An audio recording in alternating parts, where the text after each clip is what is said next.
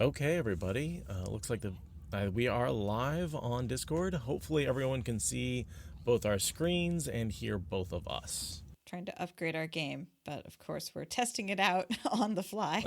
So we definitely tested it out a little bit before, but how's the lag on the video and the audio? Okay, sweet. That's what we look like. Oh my god, we look so officious. Like, I don't know why, I just feel way more like, oh, I'm professional. Look at this, we're doing YouTube. So we are going to be trying to put these videos up on YouTube so that people can watch them. Just basically, hey, let's ride that YouTube train, folks. Let's choo-choo, right? So this is getting recorded, and I'm just going to hopefully have audio for it and put that up. I hope I don't run into any problems.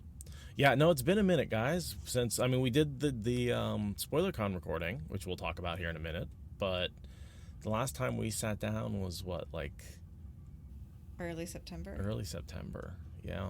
Yeah, we took a very deliberate break, which was very necessary, and reset a lot of things. A lot of spoons were reset, which was good. And then we did Spoilercon, which, we're going to talk about next. And now we are back doing the next book, and we're both very excited to be back doing this. Because it was a good break. It was a necessary break. It was long enough that we were both antsy to get back to it. Like, is the break over yet? We're ready to go. I miss talking to you guys. Yeah, so we're very excited to be back and making the content you love and being excited about the Path of Daggers. But first, we should probably talk about Spoilercon. Yeah, let's talk about Spoilercon. First, I want to apologize. It sounds like the heating element is on. I've done a lot to get rid of fans and in my computer system, but of course, then it turns out that winter turns on and the heat is like right behind my office. So I can't get away from them, folks. Fans are everywhere in my life. It's just part of living.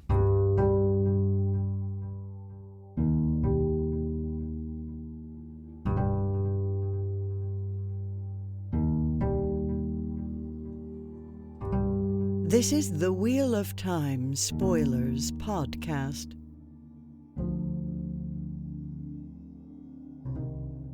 Anyway, Spoilercon was amazing. Guys, I had a blast. We had, 34 people I think I counted when the final total was there? That sounds right, yeah. Yeah, 34 people, and I don't even know how many managed to come online. I still haven't gotten that number. No, I hadn't looked either, no. But I know that it was really fun. I know that I had an absolute blast. I know that, is it October yet? Like, are we going to make that a hashtag? Yeah, Spoilercon was, I think, a raging success. It didn't hurt that we raised $3,500 for Books to Prisoners. No, we broke our record again. For how much money we've raised. Excellent prizes in that. Mm-hmm. No, and I'm very excited that a bunch of people were able to get cool stuff. That's also really exciting. Yeah, the whole weekend. It's hard to describe. It's always hard to describe what it's like to get a bunch of Wheel of Time fans together, because unless you've been there, it sounds hollow. It's one of those things where it's like there's a camaraderie there that you can't find in a lot of other places. And yeah, I've never experienced it anywhere except Spoilercon, but this is my 4th Spoilercon, and every time it just gets more and more comfortable, and it's just, especially the people I know on Discord, like, it's really fun to meet people that I haven't met before, but it's also really fun to meet people who I know quite well through Discord. Like, those are two different kinds of meeting people, and they're both really, really fun. But yeah, we had great events. We had downtime between events, which was really nice. The food carts that were right around the corner were extremely popular. I had really good food there, and I saw multiple people going multiple times. Yeah. No, but we catered lunch and catered dinner, and I feel like those were both like very tasty and very filling, and for Saturday, it kept people in the hotel, so they're able to do all the events and socialize without going anywhere. So we were able to feed people. There were walks. The venue was great. This is, I think we've talked about before that the venue has been very limiting to us when we've done it both either in an Airbnb or a hostel without a lot of good sort of meeting spaces. Yeah, we upgraded this year, and it paid off in the enjoyment of the event. Mm-hmm. And one thing that I really, it's unfortunate that I do feel like I don't necessarily get to experience all the socialization and all the fun, because I'm doing a lot of the work to make the con happen, and I think you and I and a few other people, especially those folks on the planning committee. Maybe experienced that a little bit, just where like, man, there were so many times where I wanted to go hang out, but I either had to get ready for the next panel or do something technical or just get the rest while I could. So yeah, but again, one more massive shout out to our planning committee Oh my God. absolutely made it happen. People across the last 2 years made this event happen. Even those that weren't with us for the event as it happened put in labor before because of the way that 2020 got scuttled. We had a huge amount of help making that happen. And just one more huge shout out to everyone who was on the planning committee and everyone who volunteered. Also, which was like half of the people. It's definitely a community event. It takes a village to have a podcast gathering, I guess. And I do plan the videos will get moved over to the Watt Spoilers YouTube channel if you want to rewatch them.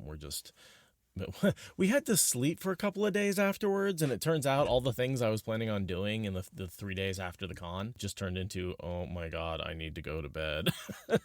Yes, for sure. But there will be videos definitely in the near future. And if you have the YouTube links for the live videos, if they're in your search history or like the Discord channel closed, but if you still have that email, you can just click on them and go back and rewatch the live videos. Yeah. And no post-con crud so far.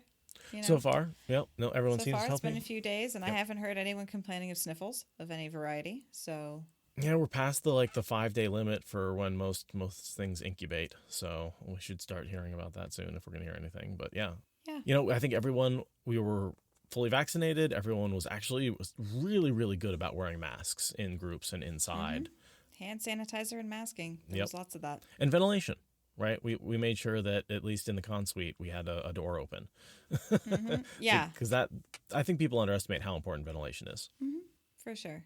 And yeah, there is a survey that I'm in the process of writing, and we're going to send it out.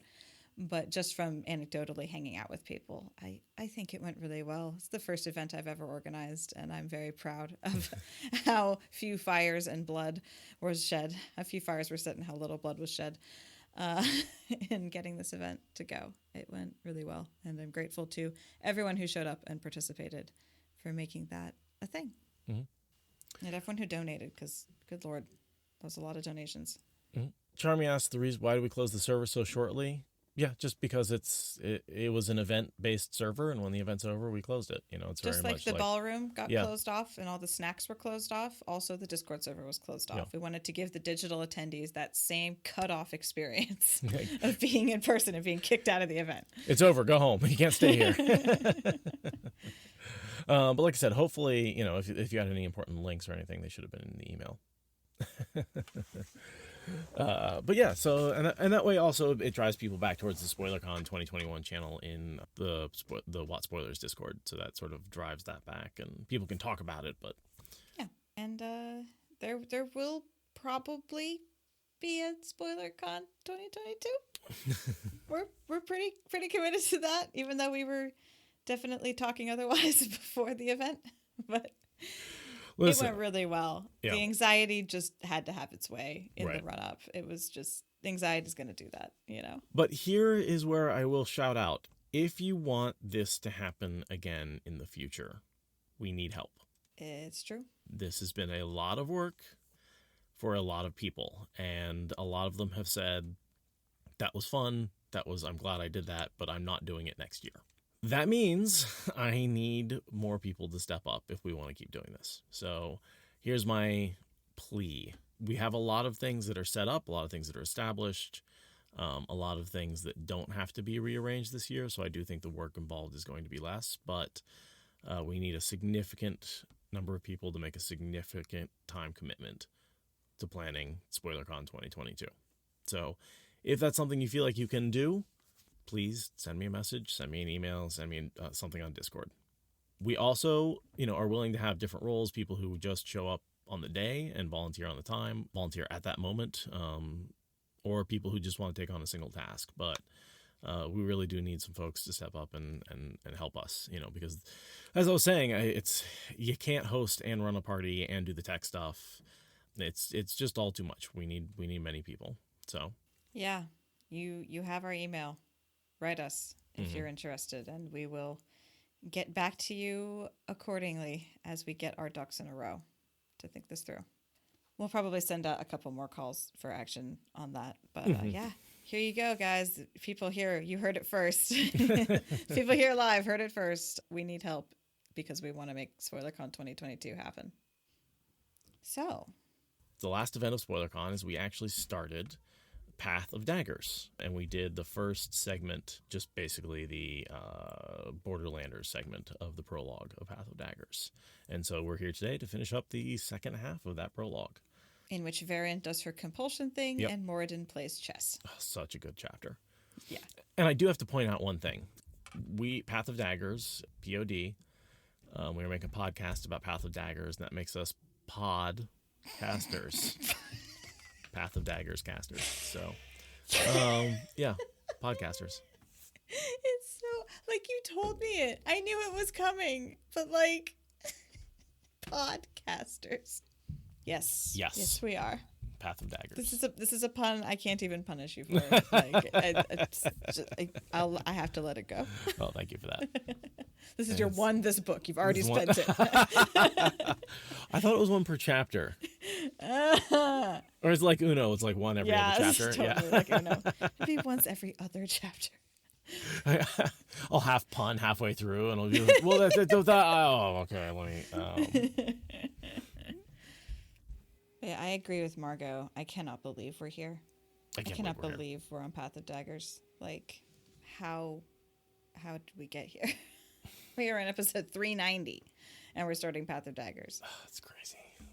The second half of the series, right? Like that's what we're on. Is we've done the entire first half of the series. Yeah. So that's what we're here for. For the second half, we're here for shit hitting the fan. And I love that we are going, if we do this right, we'll hit episode 400 right before the show comes out. And then the show's going to come out in the middle of this thing. And, we've talked about just how we're going to take a pause. But, I mean, there's so much going on with the show right now. We're going to shift to the show. We're not really going to stop working. We're going to shift what we're working on. But, yeah. 400 and then the show and then back to the second half of this book, which we will get started any minute here. Yep. Let's. So this is the prologue of Path of Daggers. Our symbol is the wheel, and what was it? Deceptive appearances, I believe, was the chapter title. Yes, deceptive appearances, and we start out in Verin's head. Once she was sure that Tirana could sit up on the cushion unaided, Verin rose and left the slump white sister sipping water, trying to sip anyway. Tirana's teeth chattered on the silver cup, which was no surprise. The tent's entryway stood low enough that Verin had to duck in order to put her head out. Weariness augured into her back when she bent. She had no fear of the woman shivering behind her in a coarse black woolen robe. Verin held the shield on her tight, and she doubted Tirana possessed enough strength in her legs at the moment to complete leaping on her from behind, even if such an incredible thought occurred to her. Whites did just not think that way. For that matter, in Tirana's condition, it was doubtful she would be able to channel a hair for several hours yet, even if she were not shielded. The Aiel camp covered the hills that hid Cairhien. Low, earth-colored tents filled the space between the few trees left, standing this close to the city. Faint clouds of dust hung in the air, but neither dust nor heat nor the glare of an angry sun bothered the Aiel at all. Bustle and purpose filled the camp, equal to any city. Within her sight were men butchering game and patching tents, sharpening knives and making the soft boots they all wore. Women cooking over open fires, baking, working small looms, looking after some of the few children in the camp. Everywhere, right-robed Gaishain darted about carrying burdens, or stood beating rugs, or tended pack horses and mules. No hawkers or shopkeepers, or carts and carriages, of course. A city? It was more like 1,000 villages gathered in one spot, though men greatly outnumbered women, and, except for the blacksmiths making their anvils ring, nearly every man not in white carried weapons. Most of the women did, as well. And so that's just a description of Verin looking at the great Aiel camp that is surrounding Rand outside of Cairhien. Yeah, we're popping into what's been going on for her, right? She's in the middle of work. She's in the middle of a city. We're just like, quick, scene set. This is what's been happening. And there's a line a little farther along about Cadsuane arriving 3 days ago. Okay. So that also sets us in our positionality in the timeline. So has she realized, has Rand returned yet in her mind from being wounded? I don't think she knows about the wounding. I don't think she does at either. all. I think she's completely out here doing her thing with the sisters as all of that happens, and she doesn't get word of it until long after the fact. That makes sense, that she's basically lost in the city of people and hasn't had a chance to talk to a lot of the folks. Right, because she's put a bunch of effort into getting herself into this position and focused on interrogating the sisters, which means that she's not going to get a lot of access to anything else. Like, this is all of her privilege points are being spent on this. There's a lot of talking around what's going on in this chapter. Verin isn't telling you what she's doing. She talks around it a lot.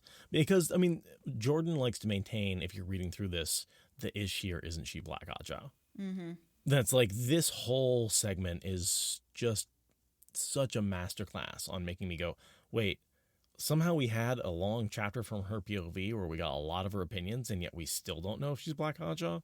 What the hell, Robert? Like, that's good. That's really, really good. Yeah. And she's doing different things to each woman, right? Like, she's so many layers deep in her own thing that you really don't, you couldn't get one straight story. No. What she's doing is so complex. There is no one straight narrative of what she's doing. And it's wonderful. Because she's doing a lot of different things all at the same time. And she's setting them up to motivate themselves to fulfill very specific instructions. She's like, you have to find a way. I'm just telling you that you have to achieve this end. You have to figure out how that happens, which means that she's setting in motion things she can't know or control. That's a good point. What do you think is going on with these constant showing her the Daco Veil? I think it might be a bit of an intimidation tactic. But I don't know. That seems like the wrong read to me. But it is a very large city for her to have the frequency of seeing them that she is. And she's only seeing like one every single day. So it makes me think that they are shaming the Aes Sedai by showing them to their peers. See, now that I could see. Being like, look at how Verin is living versus how you're living. Observe this difference. Yeah, they're basically saying like, oh, and also like, you are shamed, you are Daco Veil, here look at your former peers, they're going to see you as Daco Veil. They're going to know you're Daco Veil, right? Like, dot song, but yes. Yeah, dot song. I'm sorry, I've been saying Daco Veil instead of dot song. But yeah, no, for sure. Because it didn't seem to me like they would be trying to show that to Verin. But yeah, using Verin to shame the dot song and even just the other prisoners. I mean, it makes sense. I guess they're only dots. So, rescued from being stilled. I guess there is no in between. So yeah, that makes sense. They're using Verin as a punishment rather than trying to threaten Verin. But I think Verin's just misinterpreting that. Yeah, because it feels like she's reading it wrong. I just wasn't sure how to read it right, but I agree with how you have it. She speculates about the hierarchy of the wise ones, which, I mean, again, that's something that's never entirely clear, even when Avienda says, like, It pretty much boils down to when you assert yourself as correct, you are correct. And if you assert yourself more forcefully, other people listen to you. And that's why everybody listens to Cerelia, because no one ever can assert themselves more strongly than she does. She's always correct. Yeah, it's flexible, which is the main reason why Aes Sedai have a hard time grasping it, is because it is dynamic and flexible. And Aes Sedai, Shan Chan, the White Cloaks, like they all have extremely fixed hierarchies where you get appointed up or down. The Aiel have a much more organic, free-flowing, like whoever is leading currently is the leader. And they have a way of dealing with that the other cultures just don't. And to a certain extent, us as Americans have no fucking concept of how that could work. So Robert Jordan's writing maybe leaves us a little bit scratching our heads because it's flexible. Right. That's just what it is. You have to be living in it, and then you will know. Dynamic politics. Yeah. I like that she has picked out Soralia as the wise one that she needs to work with, because that's what Cadsuane does as well. Is like, totally. If I can get Soralia on board, the one who I see as an equal, then I have a base to work with. And Verin, who is working for the same ends, has picked Soralia out the same. It's like, no, really, Soralia is the goat. of the Aiel. And Verin's about to help her out. She's about to hand her a list of weaknesses or fears about all of these women have. Yeah. I think that's so interesting how she completely throws her wetlander culture under the bus to the Aiel. She's like, oh, I know what they're asking for, which it's going to be stuff like being naked in front of men. Like the Aiel just don't see that as embarrassing, and they need someone like Verin to essentially code switch for them and be like, for you, useless labor is shaming. For us, it's physically exhausting. But yeah, there's a translation to happen there, and Verin is she is she's a traitor to her wetlander confederates. And I bet a lot of the wetlanders, they might have like easy labor that the Aiel see as shaming because it's something servants might do, whereas the Aes Sedai is like, well, yeah, I'll sit here and, fold napkins, whatever. That's nice and easy out of the sun, right? No problem. And when they're actually trying to be punished, whereas, an Aiel would see that as like the worst punishment ever, is like, oh my God, I have to fold these napkins that they're just going to like unfold when I'm done. Right. Like that's ridiculous. They're going to avoid the quote unquote easy punishments from now on, I think, is also a part of the list. It's not just that the punishments are getting harder, but a lot of the easy ones are going to be like, yeah, that's not a punishment anymore. Don't. Right. Yeah, exactly. And Soralia asked Verin. So that's almost like Soralia feeling at Verin to be like, hey, are you a useful ally? Are you someone I can actually create alliance with and work with? Like, will you help me out here? And then Verin's like, in spades. And she justifies the fact that she's doing this by saying she has her purpose, right? Which we know is, of course, tracking down the Black Ajah, which is completely unknown at this point if you're reading this for the first time. But yeah, so I mean, that's one of the things that made Verin so intriguing to study, was be like, what is her purpose? She's so driven. She knows she's doing something. And I was certainly blindsided by the whole triple agent thing. So I just never knew what her purpose was. And this, I honestly think a lot of the speculation about the purple Ajah comes from this POV, right? The idea that and I'll explain what the purple Ajah is. The idea that within the White Tower, there exists a secret society of dark friends trying to take the tower down and cause the Dark One to win. That there's actually a secret society in the White Tower that maybe has no longer sworn the oaths, but is working for the side of the light and has violated the oaths in order to try and make the creator win. And that would be someone like Moridin, and Verin would be part of that purple Ajah. It turns out it's only Verin. It turns out it was only Verin. Yeah. But it's a good theory. Yeah, but yeah, this definitely, I would say I didn't see it coming with her reveal, but this chapter made me wonder. I just like, she has her purpose and her mission. It was like, I at the time, I don't know what I thought exactly, but it definitely made me not particularly surprised when the reveal happened. I was like, holy shit, no way. That makes sense. Like everything made sense in 1 second. And that definitely, this piece is a huge linchpin in that cascade of thoughts. Which leads into the end of the next paragraph says, keeping secrets from your warder was far more difficult than keeping them from strangers. Now, we know canonically that Tomas is a dark friend, right? Like, she talks about how he went home, he also took poison and he spent his last hours with his family. He was a dark friend who wanted out. That was how she found him in the first place. This does feel like, though, she is keeping the compulsion from him and that maybe he wasn't written to be a dark friend at this point. That maybe he was, just a normal warder and she was hiding the fact that she was a dark friend from him. And I mean, even with the canonical thing, it's like, who knows how much she ever truly trusted him? Sure, because he is another dark friend. Dark friends, right? Like, they might have had a good professional working relationship, but there might have been some secrets that she wasn't willing to share.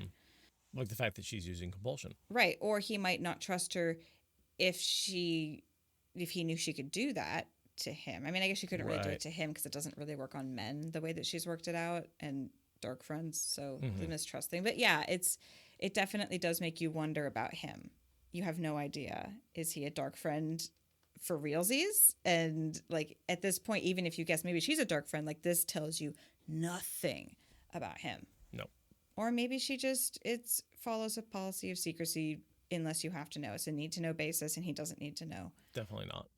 So yeah, that's what it turns out to be, I think. And then we get this other excellent line where she says 71 years had passed since she had last made a serious mistake. We know And what that again, was. Oh my God, the speculation that went into what was that serious mistake, and we tried to track down 71 years ago. But yeah, I mean, that is, to be honest, that's when she became a Dark Friend. That's when she started investigating the Dark Friends and stumbled into a meeting and was given the choice, join or die. Yep. It was 71 years ago to the day. The day. Damn you. But yeah, I mean, she talks about her curiosity getting her in trouble, like that she was researching Dark Friends, and it was clear that she was just, was doing research and probably stumbled into a meeting. Yeah. And it was like, oh, yep, I'm here to be a Dark Friend. I meant to do that. Yeah, I meant to do that. Yeah, I just re-listened to that chapter because for the Spoilercon silent auction, I actually made a bookmark to go with the blank journals that we put in the brown Aja box. I made the bookmark, and I wanted to make it as close to the book description as I could. And I couldn't because I don't work in leather, which is what it's made of. So it's just a sewn strap. That's weird. But yeah, I was listening to that chapter just the other day, last week. And wait, you're telling me it doesn't actually make books invisible? there's also not a secret code about like a secret cabal taking down the government written in it. It's just blank journals. Terrible. Ripping people off. I know. It's terrible. But yeah, her whole story is just wonderfully tragic because she's like, I was just really curious and thought maybe I could learn some stuff. And then I was sworn to the devil. It happens. It was a day. Mm-hmm. And then 71 years later, here I am, like, using compulsion on Aes Sedai for the Dragon Reborn. And she thinks in this chapter about her code, her book, and how she needs to write down the decryption key and, like, get it to somebody. And I'm just like, mm-hmm. Yeah, this is such a good chapter from her. Definitely. She sticks her head out of the tent and sees Igraine, who has been stilled. And that makes her, which we do know she ends up being healed by Dahmer Flynn. Mm-hmm. So she comes back and stilling is less of an issue. Ergine, I think is how they say it in the audiobook. Gotcha. But yeah, she gets restored later. She gets restored fully. Mm-hmm. But before that, she makes her peace with her life after being stilled because the Aiel just shove her into their society and say, you have a life now. Deal with it. We're going to drag you kicking and screaming back from the edge of despondency. So she gets that first before getting healed. It's interesting to me that we've seen a lot of stilled characters who do come back and survive. It sort of makes me wonder if the Aes Sedai have been condemning the stilled sisters to death by simply abandoning them. And if they just included them in life, they could have continued to be like productive. It's like just because they lost the power doesn't mean they can't be decent people and are doomed to suicide. It's just the fact that you reject them and treat them like crap. And we see this with, LGBT kids who come out to their parents and are like thrown out of their home. The suicide rates go way up, and it's Yeah, it's almost like having a support network is really important for mental health, especially when you suffer a grievous loss or disability. Right. It's almost like we're wired for social connection and community. Right. And so, yeah, I guess my point is that when we see anyone who makes a life for themselves and continues to maintain that social connection, they continue to live. They continue to get support, Logain goes despondent, but once he is able to be active again and participate in society again, he comes back out of it, and he's all of a sudden he's like, you bastards, fuck you, right? Like, it's ridiculous to think that people should just survive on their own. The Aes Sedai's way of just casting people out into the cold is like anybody would die. Mm-hmm. Anybody would turn suicidal. Well, not anybody, but like so many people would find that to be a situation too terrible to live through for the first months to years. But like community, family, people who refuse to take no for an answer, like this gets people through a lot of terrible things. And yeah, we see it in the books time and again, that's how people get through, even before the apocalypse. Satala Anan being a great example. Yep. Because Jasper was just like, no, poor little kitten, let me take care of you. And it's like, yeah, the Aes Sedai are like, gee, I guess we'll never figure out how to deal with that because we're horrified to study it. And it's just, it's some serious ostrich bullshit. So few people have actually been stilled and, pretty much, to be honest, how many have we seen actually commit suicide? 0. Right. Well, there's Owen. Owen is stilled and then commits suicide. Fair. And then his wife follows him because Right. she wasn't stilled. She just had everything taken away brutally and was given no support and was ostracized and treated like, an outsider. So, and that's the other thing is the majority of the people who die of being stilled are men. And there's a huge stigma against channeling men. Nobody's going to want to give them a good life. They deserve whatever they get anyway. The women who get stilled fall through that weird institutional blindness. But the men, it's like, oops, which is sad. But it makes sense with the way that they operate. 2 wise ones come to pick up Joanna and Link to shield her, which is something that Verin is sure they had not known only a few days ago. Mm-hmm. Where did they learn that from? I don't know. It's not Verin, obviously, and it's not the Aes Sedai who comes next, obviously, because they talk about it. Was it Codswain?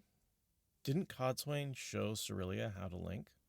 And she's only been here for 3 days. Yeah, it doesn't seem like it's long And enough. there's that whole thing where Cerelia shows her how to make gateways as a sign of trust later. Right, that's so later. Yeah. I don't think that linking is something that she would have shared yet. That was that. I was thinking that was the scene where she shared Yeah, that no, information, but that's later.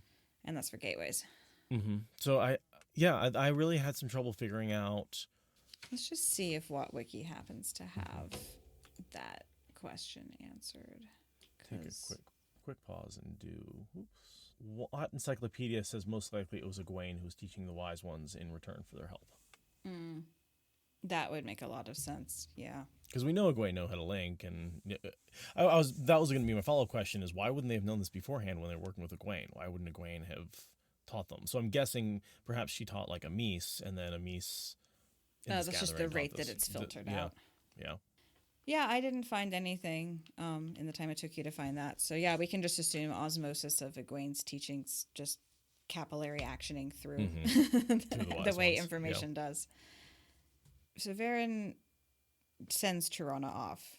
She's given her the compulsion. She's given her some false hope. She's given her some empty hope more than false hope, and then sends her off and gets a moment to herself before the next Aes Sedai gets brought in. Makes a few notes, thinks about Codswain, and even the believable parts of the legend made her very dangerous indeed. Dangerous and unpredictable. All very true, especially with that paralysis net that we've talked about repeatedly. And her question is our question. What is Codswain after? Like, it's still, even for so many rereads, sometimes it's hard to tell if Codswain is after what you think she's after.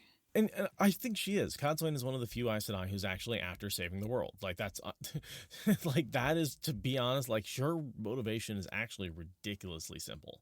She wants Rand to be capable of saving the world, and the man she sees who is angry and brittle and broken and Darth Rand is not the person who can do that. And she's testing him and poking him and prodding him and bullying him to try and get some sort of reaction out of him, because it turns out treating him like a normal human being is simply sending him deeper into his despair. Yeah. Yeah, I mean, at the end you see that, but her behavior throughout sometimes is like, So Verin sees that. Verin is confused by that. Yeah. And then Aaron comes in. Right. And this is important stuff, because we learn how Verin's been keeping her notes. They're gibberish sentences about flowers and insects, and it could just at a glance be her travel notes, because she's a Brown, and of course she takes naturalist notes, but it's actually, if you read it, gibberish. Right. Because it's actually her taking notes on everything to do with the Black Aja and Dark Friendery in general. And this is her life's work. It's her actual life's work. She's got actually a whole room full of these books. What she gives Egwene is the most important Cliff Notes highlights reel, but she's got a room full of journals in which she was observationally taking down field notes. Evidence and stuff like that. And one day she would have to write out that cipher she used in her notebooks. One day, she hoped, but not soon. It's so sad. Because that's exactly what's going to happen. Like, she knows that when she writes out that cipher, it's because she's about to take advantage of the last hour of your life loophole in the oath, right? She already knows about that is how she goes down. Yeah. basically. Yeah, she hopes to find the oath rod at the end, right? Right. She goes in there hoping that she's going to be able to skirt out of this last one, but she knows that if she writes it down, that means she's willing to kill herself. She's going to try to avoid it, but she will do it if that's what she has to. And she hasn't done it yet. She makes that decision shortly. I assume probably when she writes all those notes that she seals up and gives to various people, like to Yes. Alana and to Matt. I assume that when she writes those notes, she's also writing out the cipher to head to Egwene. I think it's also that she sees someone who can use that information effectively, right? She's like, I don't know what to do with this. I really don't. I need so an I'm giving Amerlin to give it to. Exactly. And she hasn't had one for a while, right? Elida's certainly not an option. Right, and Swan doesn't have the power she does. And so, yeah, no, that makes sense. She's like, the only person I could give this to is an Amerlin that I trust. Anyone else, it won't go over. I guess Cadsuane, honestly, would probably be the rebel solo Amerlin character to give it to. But Verin doesn't want to do that. She's not sure of Cadsuane until the very end, pretty much. No. Yeah, they're definitely looking at each other going, I don't know about you. Yeah. Rightly so, I think, in both cases. Yeah, no, it's a very territorial thing of like, I am a very old, very wise, very long view Aes Sedai, and you look to be poaching on my Dragon Reborn plans. So we're going to need to work this out. Meanwhile, Sorelius, like, I will cut both of you. And I'll especially cut the embassy because they kidnapped Rand. Right. Not so upset that they beat him. No, the Aiel don't seem to have a problem with beatings for some reason. Their corporal punishment to them is how you do. Right. So. But breaking the word. They violated honor. They have toe. Yeah. Toe that cannot be repaid. Cannot. I love Verin's POV. Verin blinked up at her, trying to appear open and meek. She must not forget meek, docile, and compliant. She did not, and followed immediately by, she did not feel fear. It's like, oh my God, Verin. Such a badass. I know. No, yes, whatever you want. Whatever, go away. She's just so practical. Yeah. She's like deliberately giving bemused glances and curtsying too much. And meanwhile, she's just like, oh my God, get out of my hair. I have such bigger things to do. You were just an obstacle. I saw a video this morning of a guy tried to rob an Uber driver. He was like, give me your cash. The Uber driver was like, get out. It's digital currency, man. I don't have any cash. Get out of my car. Like, get that gun out of my face. You're not getting anything from me. It was just that sort of vibe from Verin of like... But she's trying so hard to look afraid and right, flustered totally. and compliant. And it's just like inside she's just like... Like, get that thing out of my face. I got people to compel. Yeah. Yeah, I've got people to compel. So then her next subject gets brought, and it is not who she had asked for, which is a problem. Not necessarily this time, but more so in she doesn't want to deal with the warders of Egwene. She doesn't want to deal with the warders. She wants the respect of getting who she asks for, because if they aren't respecting her orders, then that means she's not making the headway she wants. And the one she asked for ran away, which is a really big problem because she's a fucking dark friend. Yep, Black Aja. And Verin knows that. Yep. That's when she says you let her escape, she's a red. That's not what she means. She means she's a black. And the circumstances of how she escaped is just a telltale signature to Verin. And it's like, totally. That's the part where you're like, this looks like a dark friend attack. And Verin is saying she knows exactly what this is. Is Verin a dark friend? Right. Yes. But it does her honor. The Aiel are like, okay, the fact that you freaked out enough to like snap at us is like, maybe you do care about the card. She's like freaking out for completely different reasons. She's freaking out because of the Black Aja factor, not because of the danger to Rand. I mean, potato, two sides of the same coin. But it does earn her a few points, so that's good. And this is also evidence for additional Dark Friend Aiel in camp, right? Like, someone had to slit the throat of the guy Shine and give him the poison, right? That had to be someone who could order a guy Shine around, so that would have had to be Aiel. Yeah. But I don't think we get any evidence of who set this up and who controlled this. Because, like, Melinda's dead, and, like, there's just Dark Friend Aiel. Random Dark Friend Aiel. Yeah. The guy Shine clearly was not a Dark Friend. Well... No. Could have been a dark friend. Could have been. I'm guessing most likely just someone said, here, give this, serve this to the... Yeah. They were killed to cover the tricks, but they probably weren't a dark friend. No. It's just grab the nearest guy shine. Have them deliver the poison and then kill them so they can't ID you as Right. the person who gave them the poison. Exactly. She was not really constructed for all this bending and bobbing. I love the little nods to Verin being portly. And she's stout, and she's older. I mean, even for an Aes Sedai, she's older. Her knees are like, it's been 300 plus years. Okay. Or is she? I thought she was middle-aged. I thought she was like 170 or something like that. I thought she was entirely like... I thought she's got gray hair. Right. And I know that the dates given for her birth are wildly divergent in the companion and the wiki. The wiki has her being quite young, like only 140, and the companion has her being much older. And she's got gray hair. So... And we do know that only happens when you're quite a bit older as an Aes Sedai. Yeah, I've always mentally binned her as being just a little bit younger than Cadswain. And I'm pretty sure that the wiki disagrees with me and because it's wrong. Yeah, because the wiki has her at like 151. Yeah, which is just I remember looking it up in the companion and it's different, like a lot different. I'm just looking. Everything on Verin agrees, but well, maybe she's just grade young. Who knows? But that would put her about half her overall age, right? So I would think she would look like 40, 50 at the oldest. I mean, people have gray hair at 40 and 50. Those of you who still have hair. Well, she's strong enough that she could become very, very old. So there's that. But whatever. I contend that the companion says she's a different age, but whatever. I'll have to. The companion's often wrong, though. So. Yeah, that's true. Yeah. So I'm just whatever. It's more or less irrelevant. She is portly and bowing a lot and is not appreciating it. And is no longer young, however old she might be. Right. It's interesting. The Wise Ones don't want to tell Rand that an Aes Sedai escaped. And Verin agrees. Interesting, the agreeing to hide information from Rand that he doesn't quote-unquote need to know. Yeah, it's an interesting one because the Aiel and Verin have different motivations for why they want to keep it a secret, but they're both skirting the gray line morally by not telling him. And can we talk about how Katarine escapes, ends up back in the White Tower, ends up beating Egwene as well? And that, like, Katarina gets to beat both Rand and Egwene. And just, like, the amount of... put them in small cells. Yeah. And, Yeah.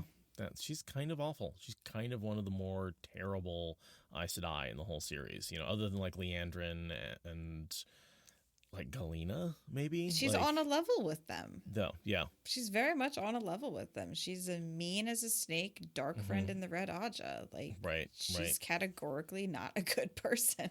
That is definitely a category of Aes Sedai that, like, we see a lot of. The black, red, Aja, mean as a snake. Yeah, it's a huge category. They're overrepresented. They're very overrepresented, yeah. Which is unfortunate. I'm glad we got Pavara to balance out our sense of what a red can be. But could someone please give me a scientist white? I would really appreciate that. If Seriously. I could just have, like, a white in the background being like, molecules, or, like, valence bonds, or, like, something, you know? Like, give me something that, like, or stars. Like, give me some logic, some science, or, you know. Chemistry. Chemistry, yeah. Yeah, some brown-white research and development teams in the background would make a lot of sense, being like, we are discovering physics, right?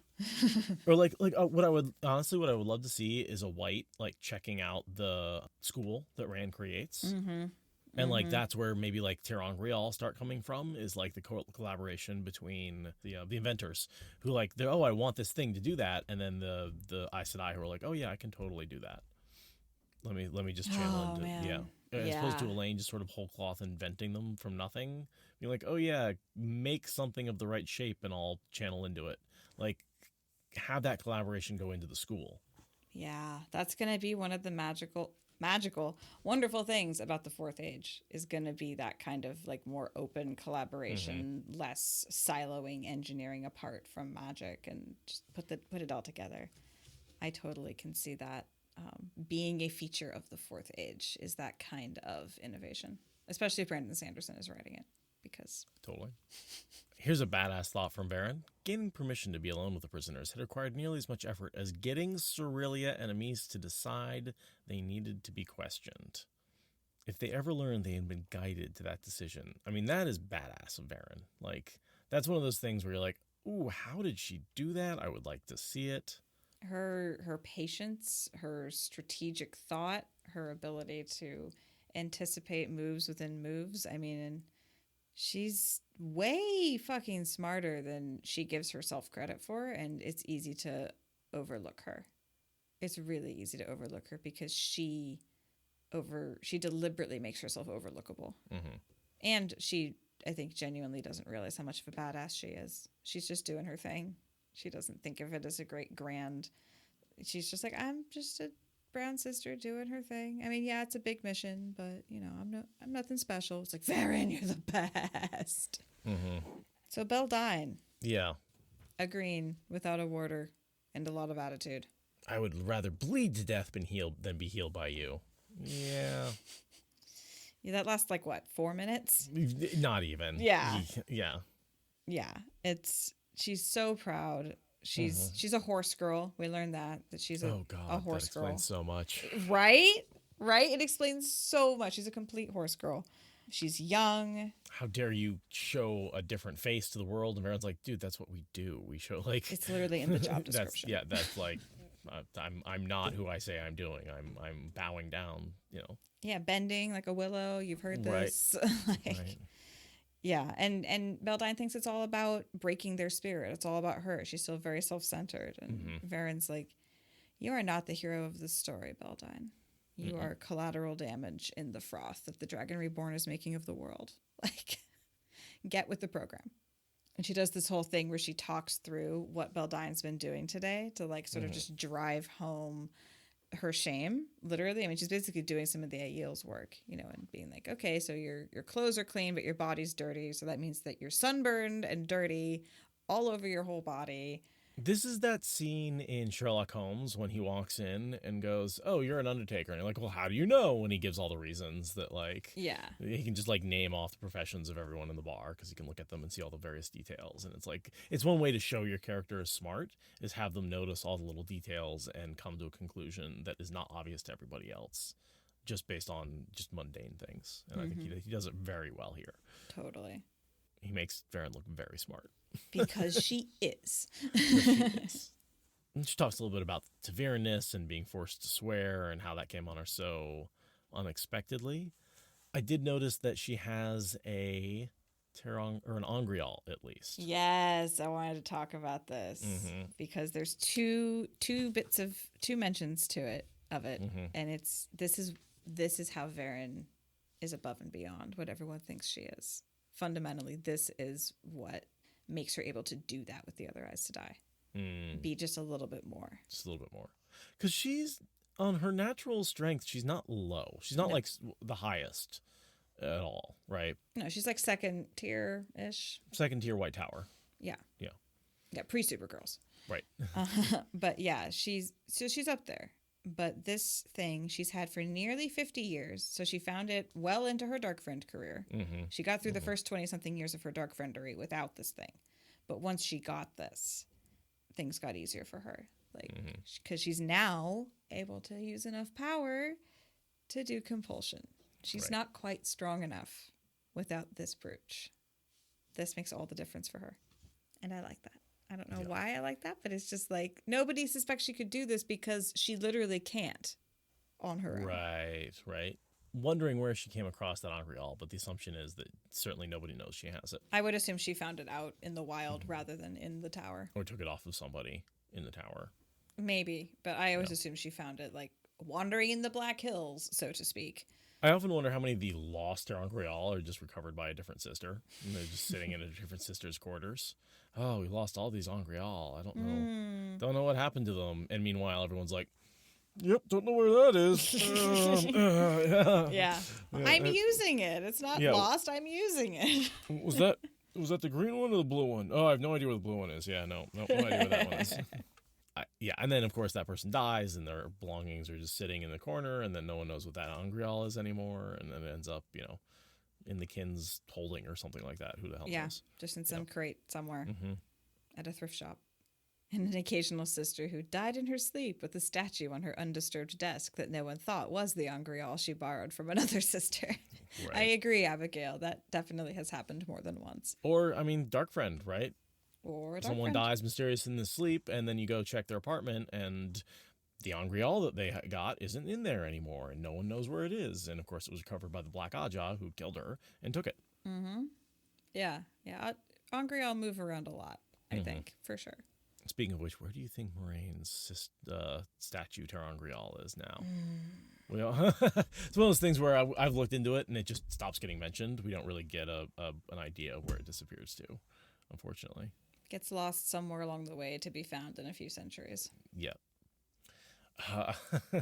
Then here's a great line that always made me go, I don't know if Verin's this is really not clear if Verin's a dark friend. When she talks about a fellow had once told her that her smile made him think of his dear mother. She hoped he had not been lying about that, at least. He had tried to slide a dagger between her ribs a little later, and her smile had been the last thing he had ever saw. And it's like, okay, she killed a man. It was in self-defense, and it's okay to use the power in self-defense, so there's no reason for her to necessarily be a dark friend at that point. But however, why was a man trying to kill her? And why did she kill him instead of wrapping him up in flows of air? Yeah, and why Right? does she not think about this in a distressed way? Why is she Yeah. like, yeah, that happened? Yeah, The way Soroth talks about assassination attempts. right. And that phrasing, his smile had been the last thing he ever saw. You're smiling as you kill him? Right? And also, like, that phrasing is just very much like, that's what happens when evil people kill somebody, right? Like, that is very much in a line that says, Verin is evil, right Yeah, there. it sounds like two crooks were meeting and then one tried to double cross the other and one walked away. Yeah, Like, that's what that sounds like. because that's what happened, basically. Yeah. Yeah. So, the speculation about whether Verin was a dark friend. We all thought, like, is Verin a dark friend? Yes, but her actions don't make sense for a dark friend. Her actions make sense for a purple Aja. They sure do. And she has, in the true spirit of the purple Aja, has developed prattling to something of a talent. Definitely. I can tell you, browns and purples and blacks, they all have developed these subterfuges, but Verin, masterclass in prattling. I love Beldine's conviction that they'll be rescued. It's very similar to Galena's, where it's like, the entire White Tower wouldn't do any good.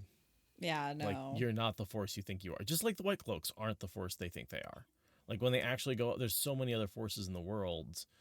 The Aiel, the Shanshan, the Windfinders, the Sharans, the freaking converted Dark Friends in the Blight. Like, there's just so many groups of channelers that, yeah, the White Tower is not the badassery that they think they are. And Elida's not going to try to rescue you. You're No. not that high value of a sister to the Amerlin. Like, she's not even going to try. Like, this strategy has nothing to do with it. She doesn't give a fuck. She thinks you deserve this. Her conviction in Elida's care for her is adorable. Mm-hmm. No, she literally said, fuck those people. Fuck those guys. I don't want them. Like, she's not coming for you.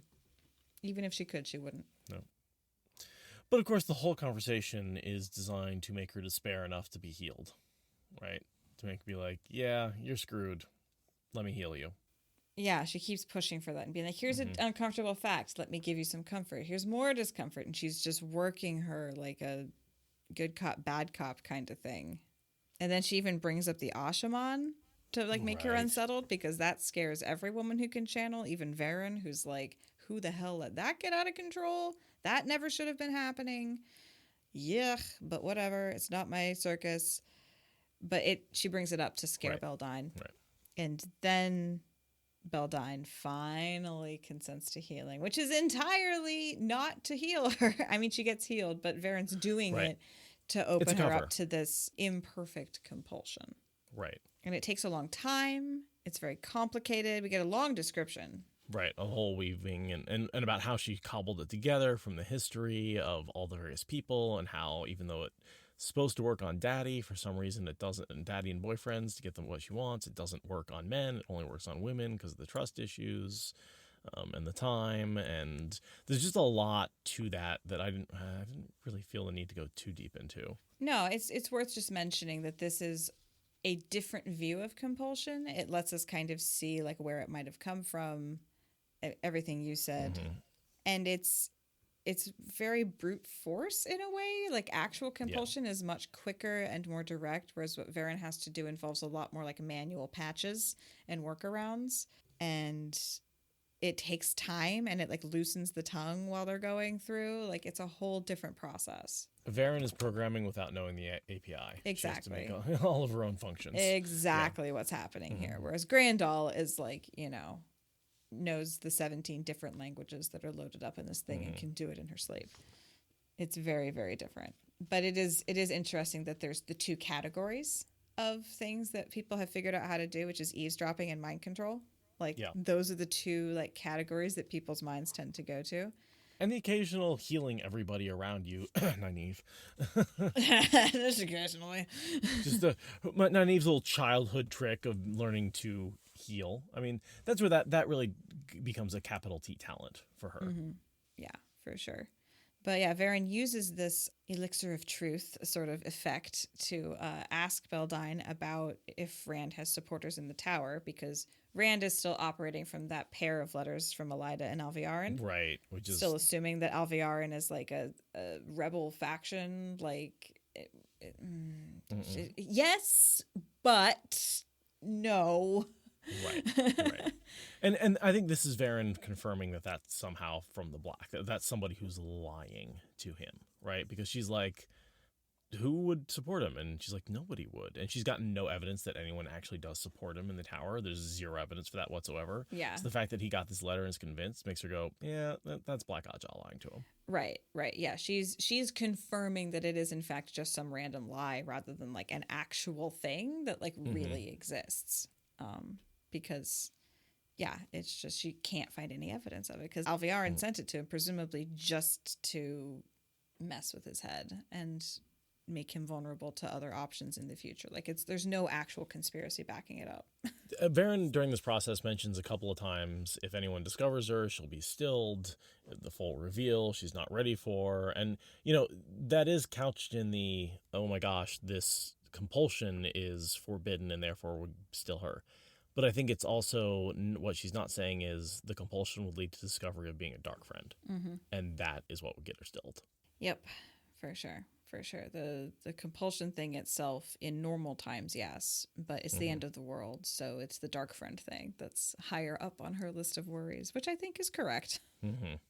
And then one of the smartest things I think she says here is when she thinks about it to Verin in the White Tower and how big of a disaster that would be.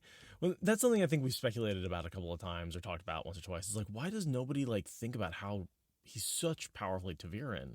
It's not a good idea to store him in the White Tower. Yeah. To change chance in the most important place in the world, Yeah, I mean, they did that with Matt, and it worked out all right. But...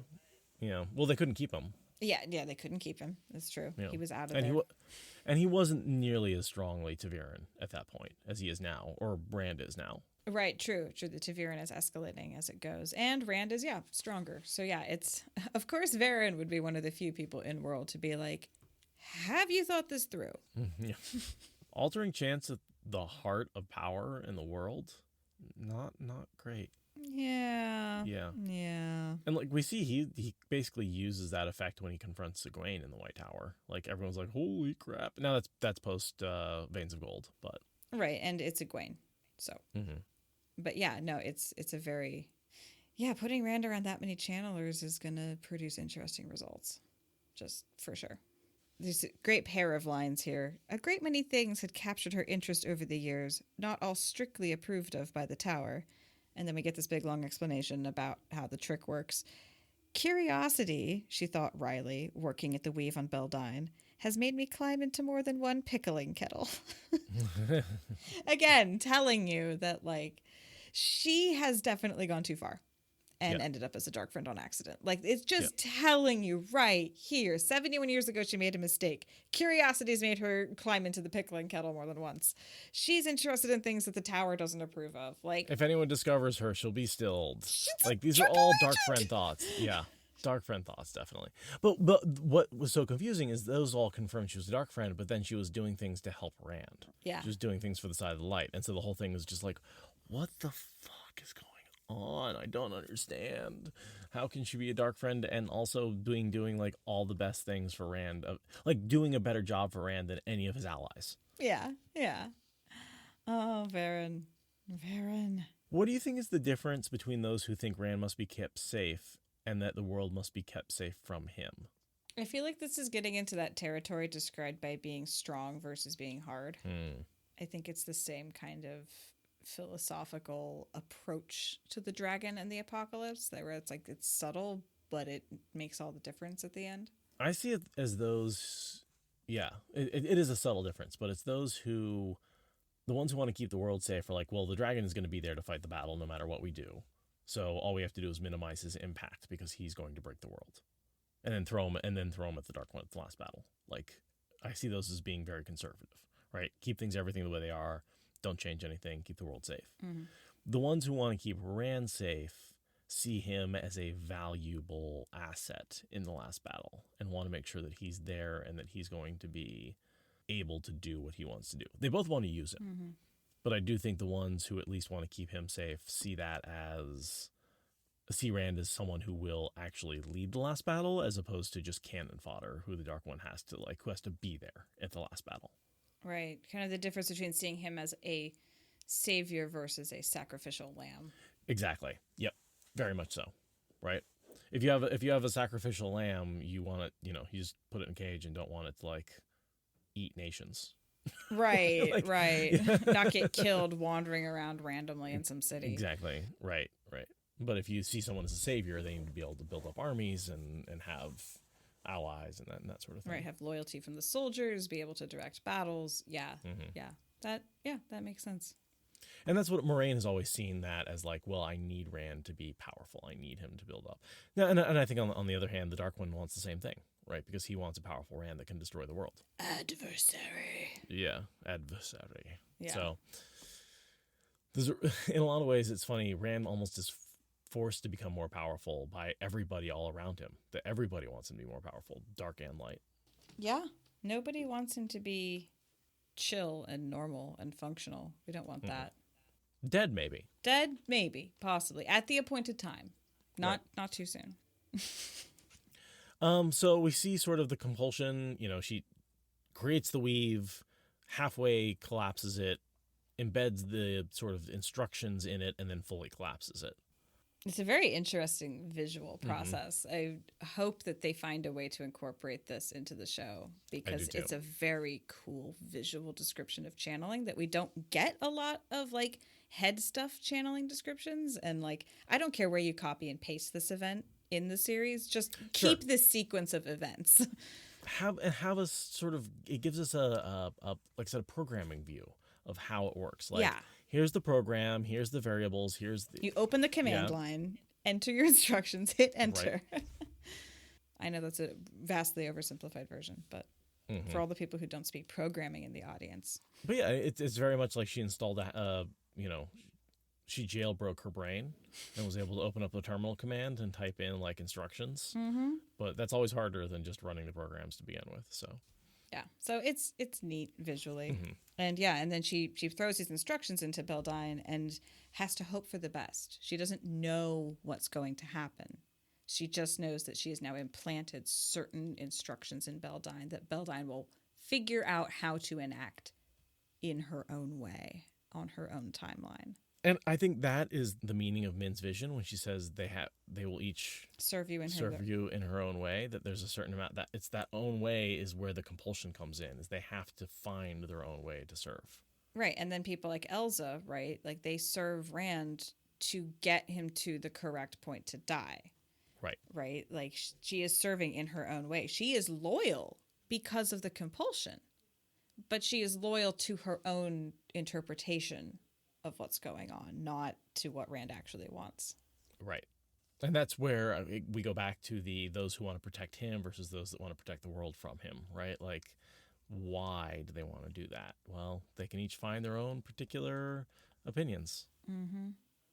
Yeah, no, it's fascinating. It's because it's compulsion light, right? Like you have to bring something to it a little bit. It's not right. a straight override of your personality. It incorporates into you. Yeah, if you don't want, in a way, it's almost more insidious because, like, I feel like the other one you can fight better, but with this one, you find your own motivation, and then that's really hard to break if you have your own motivation, right? Like, if Samael could have done this on Morghese, and she found her own motivation to love him. But yes, Ravine, sorry. But so I've been listening to Behind the Bastards podcast, and the one that came out this week is about Amway. Fuck Amway. Yes. And they're talking about how that is exactly how a lot of people got addicted to it, was because the whole, it's about the amount of work you put in, and that's how you're going to get rich. Like, that ends up getting into people's heads that they want this and that they need to work harder for it. And if they just commit a little harder to it, then they'll get their rewards out.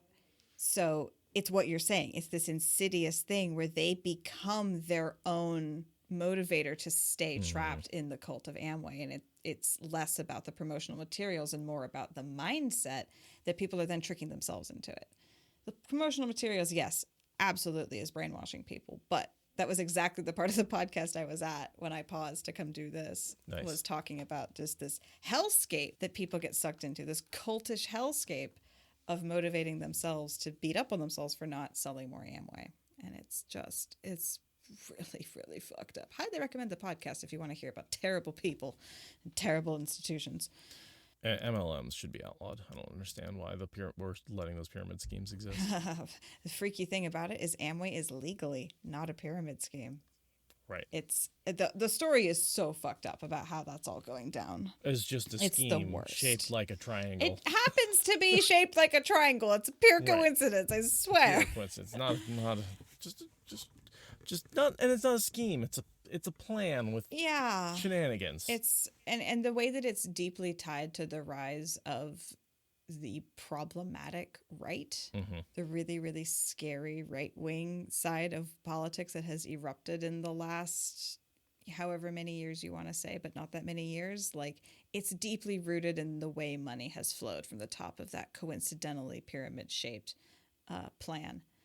There's some deeply interesting political and social connections to what is ostensibly just a horrible scam. That money went places that are deeply troubling, but we're deeply off topic. Definitely. Let's get Beldine out of here. Yeah. She's been compelled. Okay. She knocked over a pitcher of water. Yes. I love that little undercut where she's like, oh, I need another pitcher of water. Beldine knocked over hers. And the Aiel is like, oh, you're going to pay for that. Yeah. Yeah. It's cruel. It's so cruel. But it makes Beldine motivated to find her reasoning that much sooner. So exactly. All to the greater good. That's Verin's entire mission, is like, this is all to the greater good. It's going to help Brand eventually. So don't worry about it. She does. She wants to shame them just as much as the Aiel do. Yeah. I think it's interesting that she says none surpasses her at delving, because she is not a yellow. Nope. How is she the best at delving if she's not a yellow? Like, why are you a brown if you have proficiency at a healing weave? Because she's no good at healing. Well, then why is she good at delving if she's bad at healing? Because delving doesn't just tell you about someone's sick. It also tells you about weaves that are on them. It tells you a lot more than just their health. Okay. Oh, and I like Cardazar says she's the greatest at learning, and that's why she's good at delving, because that's you're learning about a person's body. Okay. Yep. Okay. Yep. So think about books, right? Browns are really good at delving novels. Okay. Yeah, no, I okay. And so imagine reading someone's body just like that, right? Like, you may not be that practical at the knowledge, you may not be able to read a book about motorcycle repair and repair a motorcycle, but you're very good at acquiring that knowledge and advising someone and looking things up. And if someone asks you what wrench is the right wrench to use in a, in the situation, you might be able to tell them. Mm-hmm. Okay. I will accept that. She's good at learning about people, as she is about everything else, and that's why she's good at delving. I like that. Headcanon established. Doesn't know what to do with that knowledge. That's why she has to hand it off to Egwene. With a sigh, she turned back to Coram. When Medan returns, would you go tell Kalinda that I would like to see Egwene Fitamed? Wow, that is a name salad sentence. Those are 4 names that I do not know, or wouldn't have known before this chapter. The pain in her muscles tomorrow would be a small penance for Beldine's suffering over that spilled water, but that was not why she did it, or even her curiosity, really. She still had a task, somehow she had to keep young Rand alive until it was time for him to die. And again, Dark Friend vibes. Big Dark Friend vibes. Keeping him alive until, right? It's not keeping him alive. It's not for his own good. She's not there for Rand. She's not there to do, she just wants to get him to the last battle. Yeah. And in that paragraph just above it, she's thinking about how she would have like married that cute boy and died in Farmatting. And it's like, and instead you've lived to help get the dragon reborn to his appointed death place. Yep. Like, she has the exact same attitude as Elsa. Keep him alive until it's time for the Dark One to kill him. Mm-hmm. Yeah, it's a Dark Friend. It's a Dark Friend plan. But it's also Moiraine's plan, as Zool points out. It is, yes. Sometimes the dark and the light want the exact same things. Also, the name here for who Verin would have married, Aedwin, you think that's why she calls herself Edwina when she goes undercover in Farmatting? Oh, nice catch. I never would have thought about that. I wonder about it, and then this name comes by and I forget, and I'm like, no, that's when she's back in Farmatting undercover, not wanting to go as her name, she poses as the woman she could have been. And the woman she would have been if she'd gotten married. Yeah, it breaks my heart a little bit, but it's also awesome because, like, Aedwin is like so far in the grave, right? He's dead a long time ago, but she's like remembering him. It's a little bit like how Rose takes on Jack's name at the end of Titanic. It's kind of like that, but like with less boats. Just ask Nynaeve. Yeah, I honestly do think it's more of like, hey, I'm going back to my birthplace. What would my name have been if I would have I would totally have been this person in this place. Yeah, I could have very well have been named Edwina because Aedwin is a boy's name that I like, and I'll just feminize it. Little hat tip to the boy I almost married. All right, so let's dig into this Moridin chapter. The reason why you have Go behind you. Yes, so there's so much in this segment that I actually do want to take a break and grab some water. Okay. That's totally fair. I should probably replenish my water also. Okay. So this scene starts off with Moridin. We don't know at this point he's a Shamael, but if you can read this chapter and not, it's almost impossible not to come to that conclusion, right? The fire on the golden marble hearth gave no heat, and the flames did not consume the logs. We only ever see that with Moridin in A Dream Shard. That is his like signature. We are hanging out with Moridin, Ishamael, Baalzamon, whatever you want to call him, right? Like, and the reason it has neither windows or doors is he is in a Teleron Riyadh Dream Shard, right? He's not in the real world. He doesn't like to hang out in the real world. No, he's in the flesh. He's not dreaming. Right, absolutely. But yeah, he's in the dream world. He called himself Moridin, and surely no one ever had more right to name himself Death. Which is, again, like, this has got to be the big bad from Eye of the World. Like, everything about this is the same. Right. And the Mordeth as Death, Moridin as Death. Like, yeah. He has died. Although no one else is more right. Well, I don't know. Other people have died and come back. I think it has more to do with the fact that he's existed in limbo for 3,000 years. That's kind of what I always went with that, is like he has been alive so long he's basically dead and he's like insane, and like he has been living death for thousands of years. I don't know. I feel like that 3,000 year thing is more what he's talking about there than the fact that he's literally died.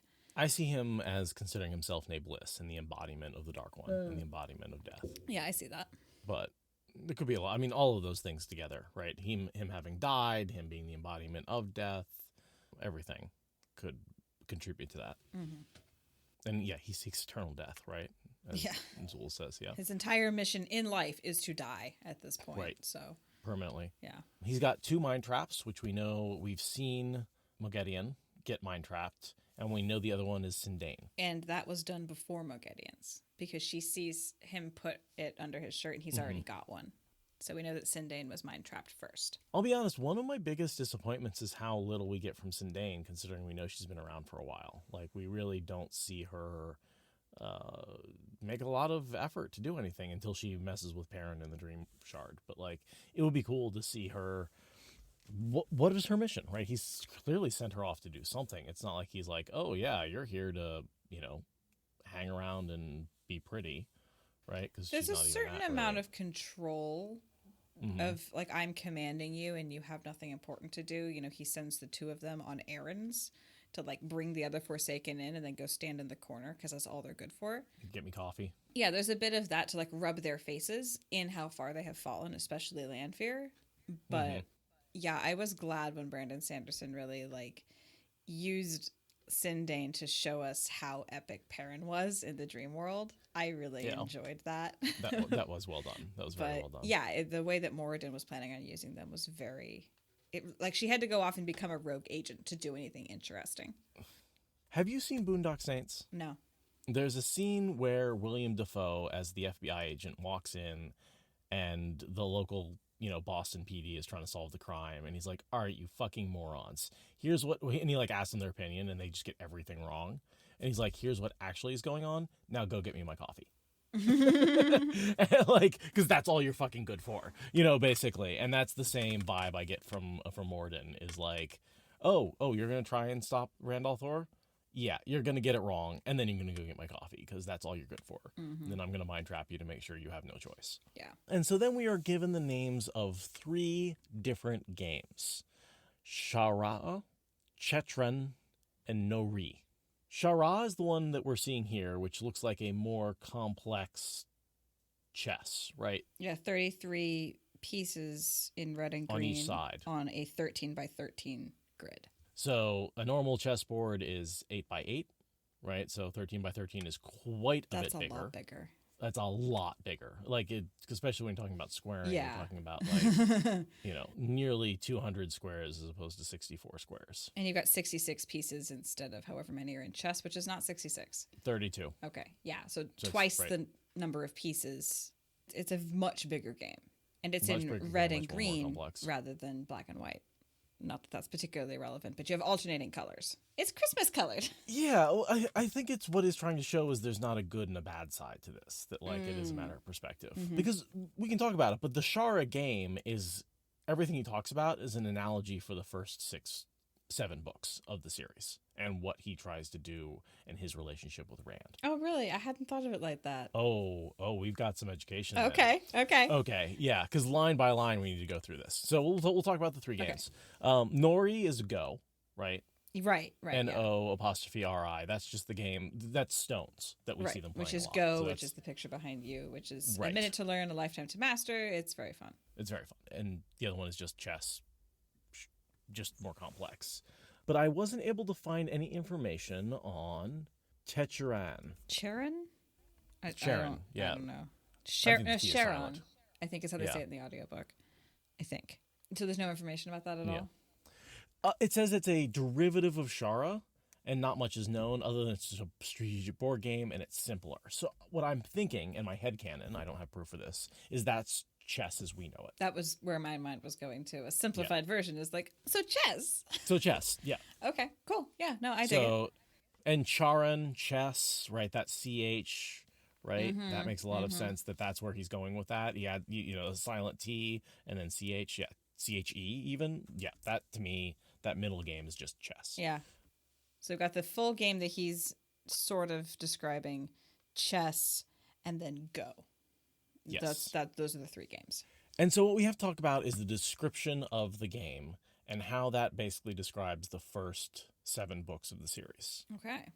The first object of the game was the capture of the Fisher. The Fisher King in this case is, of course, Rand. So the first object is always to capture Rand. So in book 1 and 2, he's trying to capture Rand, right? That's what he's trying to do. That's how he's trying to start the game. And then he goes on to describe the Fisher. And so this is sort of what goes on.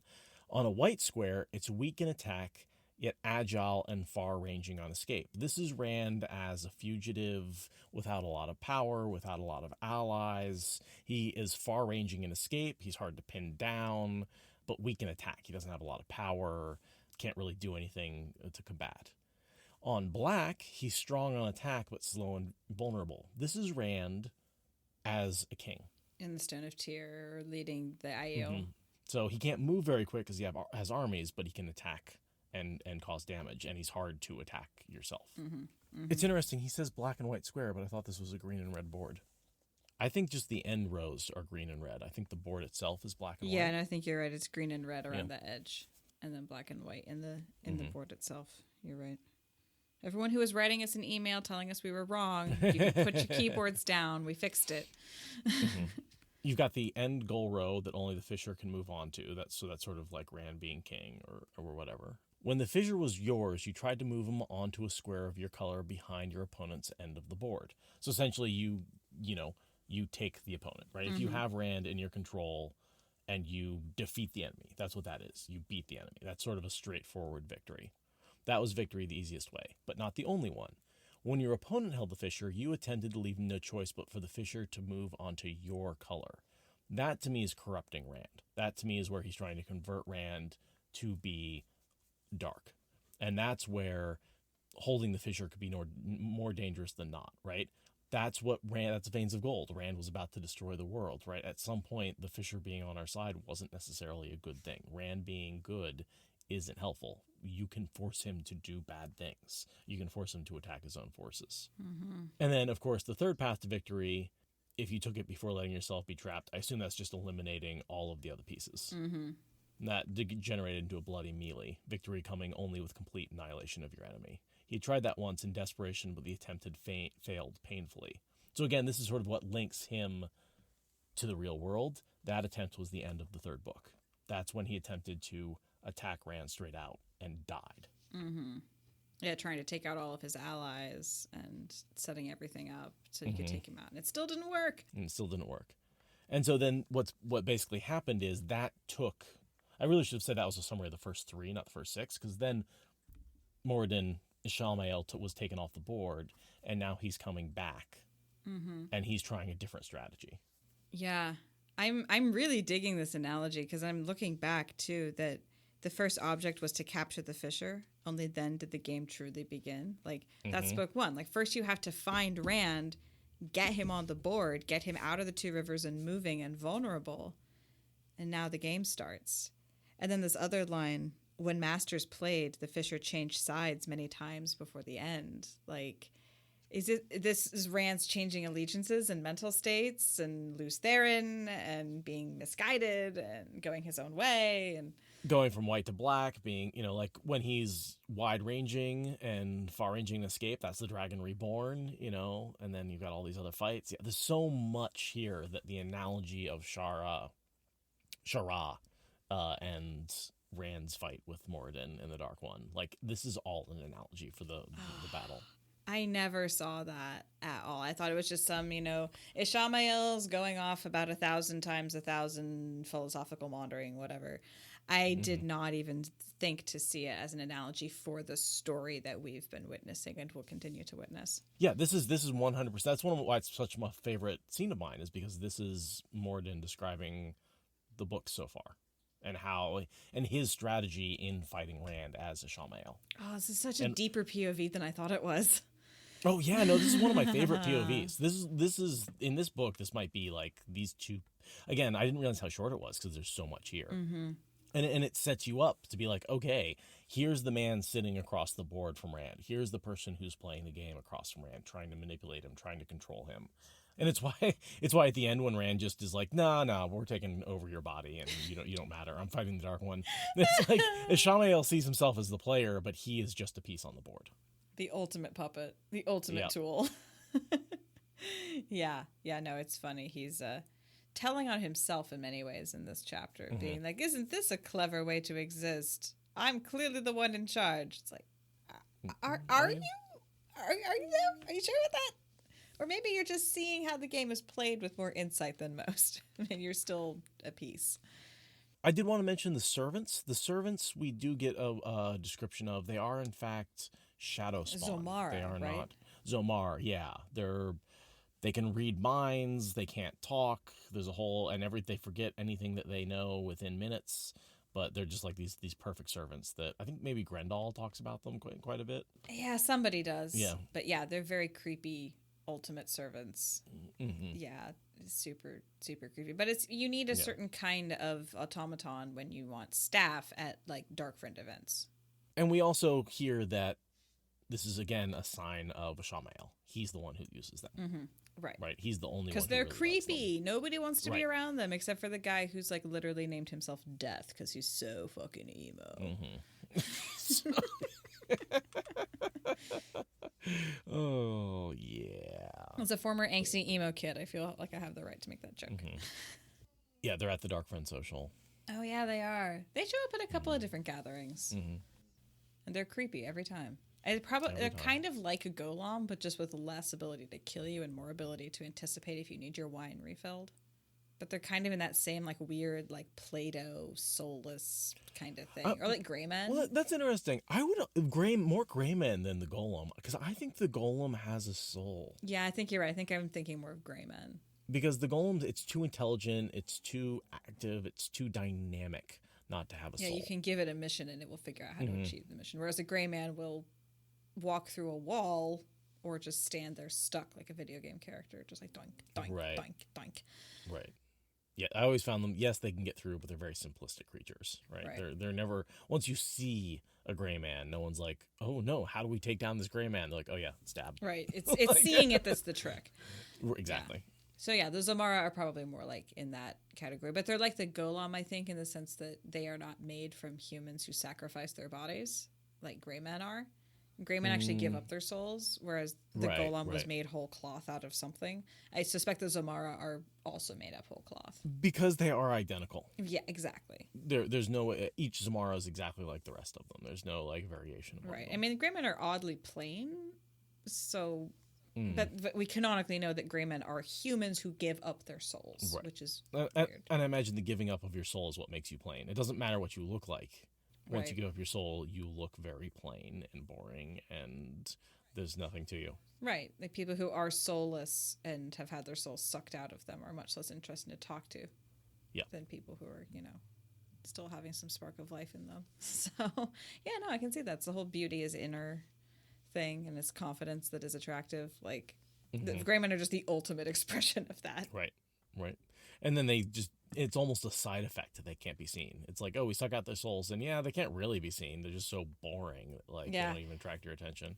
Have you read his Dark Materials? Yeah.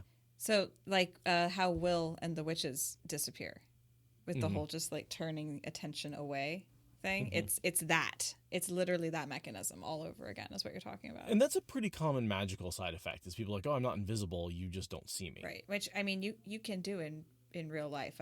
I've done it. Very easily. It's not hard. I love the psychological experiments where, like, they'll have someone come up to a counter and they'll have one person, like, be talking to you and they'll duck down to get something and a different person will stand up and continue the conversation. And the person talking will not notice that they've switched. Wow. You can have different color hats, different color shirts, different people. Like, you can do all sorts of stuff like that. But, like, when you're in that transactional mode, you don't see the person. You see the role. And they can swap people out in that role, and it just, your mind will just paper that right over. If it's in a way that your mind doesn't tell you there could be someone else there, right? Right, yeah. Yeah, it's kind of like how you can be standing right behind someone, like in a room, and just be very still, and they don't expect you to be there, so they don't see you until you move or make a noise, and then they jump out of their skin, and it's a whole thing. Yeah, I mean, it's where our mind constructs reality around us. Yeah, like, exactly. We're hallucinating everything and interpolating way too much. Way too much. Way too much. It's what to me is really interesting is how much our mind predicts the future, and that's how we catch balls and stuff like that. Is like our mind takes what's around us and predicts the future a few seconds, and if we fuck that up, that's why a lot of times, like, you don't realize you've been hit. Or so if someone's punched you, it takes you a little while to register that. You're like, wait, I didn't see it. And you're like, yeah, because it was unexpected. And your brain is constructing reality, and it takes it a while to actually construct that reality when something unexpected happens. Yeah. Is that way off the path? It made sense, but we are way off the path of the book. We are way off the path of the book. But it was relevant. It was relevant. So last two paragraphs, we get past the thing. Moridin gets all pissed, and we see the black flakes, the saw go across his eyes. Yeah. Why is he getting furious? Because Rand is getting furious. Is this one of those things where Rand's emotions are? No, this is before the crossing of the streams. Is this before? This is after? No, this is after Crossing of the Streams was last book. That was Well, but okay, I guess we don't actually know when this is, so we should assume that it's Right. after. Okay. we assume it's chronological. Yes. Okay, so in that case, this Rand's emotion or is this Ishi's emotion? Moridin's emotion. It very much could be Rand. I mean, Rand's pissed at a lot of things these days. I mean, I think it's because he's pissed that he got killed, basically. Like, I think that's basically he's thinking about how he died. Oh, that's true. Yeah, he did just in think desperation, about the attempt had failed painfully. What is that? That is the end of the Dragon Reborn when he tries to kill Rand, and instead we see his body. Yeah, no, it does make sense that in this case it's his anger because that is a very infuriating thought. And he seizes the true power and has ecstasy pain almost wash him away, and it's very like sexual drug power thing. And the saw is another clue that this is Ishamael, right? Mm-hmm.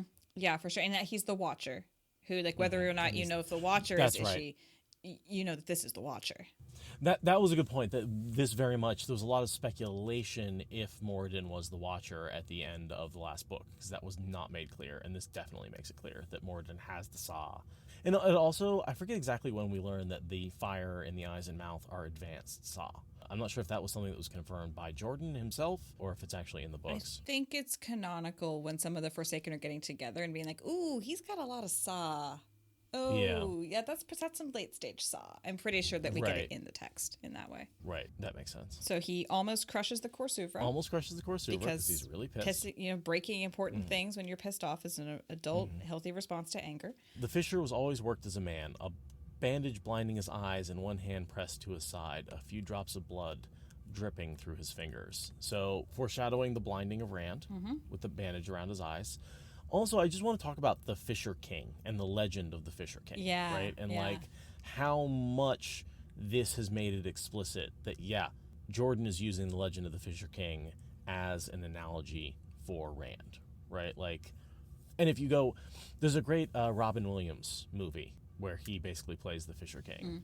And you get a lot of these tropes in there. And I need to go back and watch it. I watched it in high school, I think. And I just remember sort of learning about, the beggar king was this thing that the Fisher King had become. And the wound in the side and the bad eyesight and becoming one with the land and all that kind of stuff. And I watched this movie of Robin Williams. And I was like, that's Rand. That's the Dragon Reborn. Like I had this moment, of course, because I read Wheel of Time first, where I even though obviously these are old legends and he's basing the Wheel of Time on the legends, I saw it the other way. Nice. Yeah, I don't know much about the legend of the Fisher King. It's come up sort of randomly occasionally, but I don't know about it as much as I should for someone who's this into Wheel of Time. I mostly know that there's a lot of weird speculation about there being gay coding in some versions of the legend. Ooh. That's the main context that I've learned about it in. But I don't know if I remember it well enough to. It was something about like he has this wound that causes him great pain that was inflicted by a man, and sometimes he had to have the man stick the spear back into the wound to make the wound feel better. And like, I learned this a couple of years ago, but apparently there are some interpretations of the Fisher King legend that have some homoeroticism in it, for what that's worth. But that's my main connection to knowing about the Fisher King legend. It's Arthurian, right? Something to do with the Grail. It is Arthurian, stuff. Yeah. So just looking it up, the Fisher King, wounded king or maimed king, is the last in a long bloodline charged with keeping the Holy Grail. He is always wounded in the legs or groin and incapable of standing. All he is able to do is fish in a small boat on the river near his castle and wait for some noble who might be able to heal him by asking a certain question. In later versions, knights travel from many lands to try and heal them, but only the chosen can accomplish the feat. This is achieved by Percival alone in the earlier stories, and he is joined by Galahad and Bors in the later ones. Bors? No, those are boars in freaking Arthurian legend. And I that brings me didn't either. And that immediately takes me to Jacob Carradine. Jacob Carradine. We're like, wait, What? how are we going to Jacob? How are you helping? Get out of here. But yeah, you got a Boris the Elder and a Boris the Younger. Oh, Boris got killed by the killer rabbit. That explains it. That okay. explains it, yeah. Anyway, this is where, like, if you really are deep into the Arthurian legend stuff, you can see a ton of parallels. Clearly, Jordan was had the Arthurian legend book open next to him while he was writing these series and using them as a constant reference. Yeah, I'm sure that there is an amazing series of articles on 13th Depository. If anyone is interested in reading about this, go look this up on 13th Depository, because I will bet a significant sum of money that this has already been hashed out by people with way more academic credentials than we have between us. Right. I too have seen Robin Hood Men in Tights. Right, yeah. But it's the kind of thing that I know is on 13th Depository. I don't go to that website very much, but I know that that's the kind of stuff that's there. So definitely go look it up if you're interested, but we are not qualified. For once, this is something that's out of the scope of this podcast. Which is rare. Ooh, which is rare. Very which rare. is rare. We rarely go that, but real deep knowledge of Arthurian legends is definitely part of that category, because there's just so much academic literature about it. And so much Arthurian legends have led to so many papers and novels and stories that are based around it, including the Wheel of Time, right? The Wheel of Time in a lot of ways is derivative of those stories, right? So I can understand where the area of study is actually encompasses the Wheel of Time, not the other way around. Does that make sense? Yeah. That's why it's out of the scope of this podcast. Yeah, for sure. But I will return us to the book with, "It troubles me sometimes, enrages me, what knowledge might be lost in the turnings of the wheel." Just taking Moridin's words from my own. Knowledge that we need. Knowledge we have a right to. A right! I have a right to this knowledge. Brown. Yeah. Yeah, I feel strongly with Moridin. I feel like Moridin and Verin are both, the quest for knowledge. They are both on a quest for knowledge. Do you think Moridin would have been a brown? Well, I mean, obviously he would have been a white, because stupid philosophy. But he did logic himself out of being alive. Yeah, but if he could set that aside and just have cognitive dissonance sitting in the back of his head and he followed his passions, I do think he would be a brown. I think he's much more into applied science than just philosophy. I think that's the problem. He majored in the wrong thing. That's really his problem. There is a certain amount of mental health you have to be careful about when you're looking in philosophy, and when you're thinking about thinking, it can be dangerous. It can lead you down some dark paths. Yeah. Metacognition, as we say. And there's something to be said for taking that alertness into studying the natural world. Mm-hmm. Sometimes learning what we do know or what we don't know, or what we don't know can be quite disturbing. We don't know how gravity works. We don't really know how so much about the world works, or we do know how the world works, and we know that we're causing climate change, and we're going to keep doing it anyway. Let me know if you come up with a theory of quantum gravity. I'd love to hear that one. Right. Yeah. So philosophy is angst about yourself, and natural science is angst about the world, and you have to learn to live with a certain amount of cognitive dissonance to sustain your mental health while really studying these subjects. No, I don't, and I can totally. Yeah. That's where I live. Trying not to get anxious about the world around us. There is a certain amount of if I think about it too hard, there is a certain amount of well, what's the point? Yeah. I should just curl up and stop producing carbon by not eating anymore. Yeah. And that will solve all my problems. It is a tension we get to live with. Yeah. And it's just Moridin went too far down that path. No, you don't walk down that path. It doesn't make sense, because then why are you doing anything at all? Mm-hmm. Yeah. Yeah, if the earth is just going to live anyway, why bother trying to make it better? Right. Anyhow. So we finish up with this memory of a memory of Randall Thor, which is that sort of the foreshadowing of saying, yes, the Fisher King with the wound in the side and the blindness is definitely, and perhaps one hand. It does say one hand pressed to his side, but we don't know where the other one is. And I think just the term one hand really caught my eye there. I always assumed he had a hand on a staff, but yeah, it doesn't actually say either way. No. And then we get one of the coolest lines that I have applied Totally. to my life, to so many situations.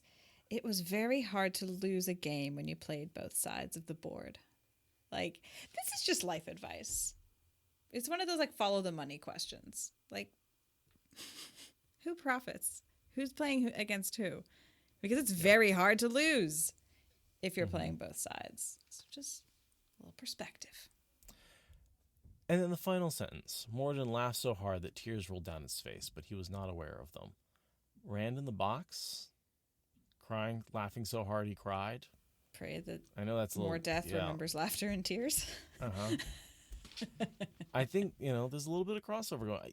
Is it possible that through the crossover, Rand's madness was mitigated a little bit because it was shared with Moridin, and Moridin was able to absorb some of that tainted madness? But Moridin's kind of insane also. Right. So it might just be equalizing insanities between the two. They're just both insane. That I never thought about the fact that Moridin also is insane, and that might be affecting Rand's insanity. Yeah. Because it's really tough to pin down how much of the emotions are shared and how much is going in one direction or the other.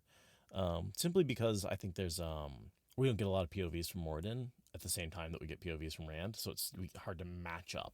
This is what's happening when that's happening, right? There's no real way to make that connection and prove it. And they're like processing it in different ways, right? Like Moridin doesn't have an LTT because he knows he's insane, whereas Rand is in denial, so he has an LTT. So yeah, they're processing it in very different ways. But yeah, I mean, Rand's having PTSD flashbacks and dissociative episodes. Like, why couldn't some of those like bleed off onto Moridin? It might not make the pressure any less on Rand. It might be like an earthquake fault line where having small earthquakes can actually build up tension rather than bleeding it off. But yeah, I mean, I could totally see Moridin suffering some of Rand's trauma and Rand suffering some of Moridin's trauma. Like, maybe he takes the load off sometimes and then piles it on heavier others, or maybe it's just equal all the time. But Moridin can't shoulder any of the load, I don't think. He's got plenty of his own to deal with. And with that, next chapter, we get to follow the wind. Chapter 1! And read chapter 1 and read the paragraph. So I can't wait to do that next week on Tuesday. Yeah, next week on Tuesday.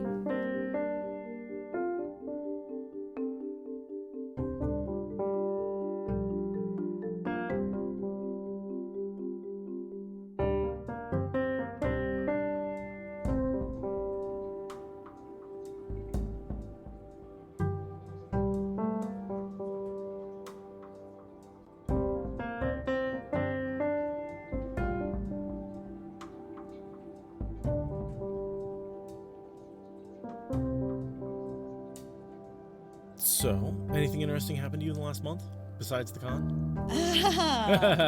No. Well, I mean, there's the part where my living room is being torn up to put in a hearth. I have licensed and bonded contractors in my family who are doing above-board modifications to the house that I am in debt for. So I feel like a serious adult, and they're picking out stone today to place into the hearth.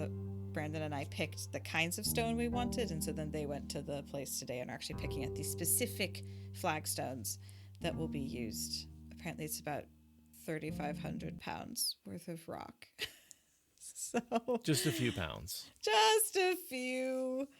Yeah, so that's kind of the exciting thing for me is half my living room is taped off into construction zone, and there will be a wood stove with a beautiful handcrafted stone hearth in there when it all comes back down. So that's pretty exciting. Yeah, what about you? I was cooking yesterday and was pan frying some duck, and it splattered some oil on my forehead, and I got a nice deep burn right in the center of my forehead. So that's, Owie! Yeah, that. I got home from work and looked in the mirror, and I had a big blister right in the center of my forehead from where the oil had just like hit and burned. That was bad. That was not fun. So busy night. Yeah, that was. Oh, ouch. So yeah, the dark one has touched me. It's literally like just right in that spot. Oh. But yeah, I didn't even really, it was like, I kind of like felt the splatter and was like, that kind of hurts. And then like, it felt kind of like a sunburn, on your forehead. But when you're moving, you don't think about it at work much. And then, It's not until I got home and really looked in the mirror and was like, oh, that's going to leave a mark. Has left a mark. Has left a mark. Don't look into the fryer. Yeah, it's a little dangerous sometimes. It can fryers are very dangerous for sure. To be honest, I would have actually preferred a deep fryer because at least then you have some protection. The problem with this is I was pan frying in a pan, just on a stovetop, more and splashy. so it was just splattering. Yeah, there didn't have the high walls to protect you. So we do try and get it hot and then throw it in the oven. And that way the oven itself will protect you from some of the splashing. But I was reaching for it to move it to the oven when it decided to spit a healthy glob of canola oil in my face. Ugh. Ouch. Yeah. Yeah, cooking is dangerous, just in general. Yeah, I mean, I don't know any cooks who don't have significant numbers of cuts and burns on their hands and arms and often faces. Hot oil, boiling water, sharp knives. Like it's slippery nuts. Floors. Yeah. And a lot of weight sometimes. Sometimes you're picking up 50 pounds of boiling liquid in a pot, you know? Yeah. That's just, not, you don't want your mind to wander. You want to be very, very cognizant of all hazards, and you will still get hurt. You have to be okay with getting hurt. Yeah, there's a certain amount of you get burned a little bit, but that's fine, right? Like, yeah, I don't have any feelings in the tips of my fingers, but that's expected, right? You know, that's... Yeah, that's a hazard. That's a workplace hazard. I gotta tell you, it's a fun party trick to pick up really hot things with your bare hands. Because you're like, I just don't feel it anymore. Like, I really have burned the tips of my fingers enough times that there is a certain amount of, callous numbness built up in there. Mm-hmm.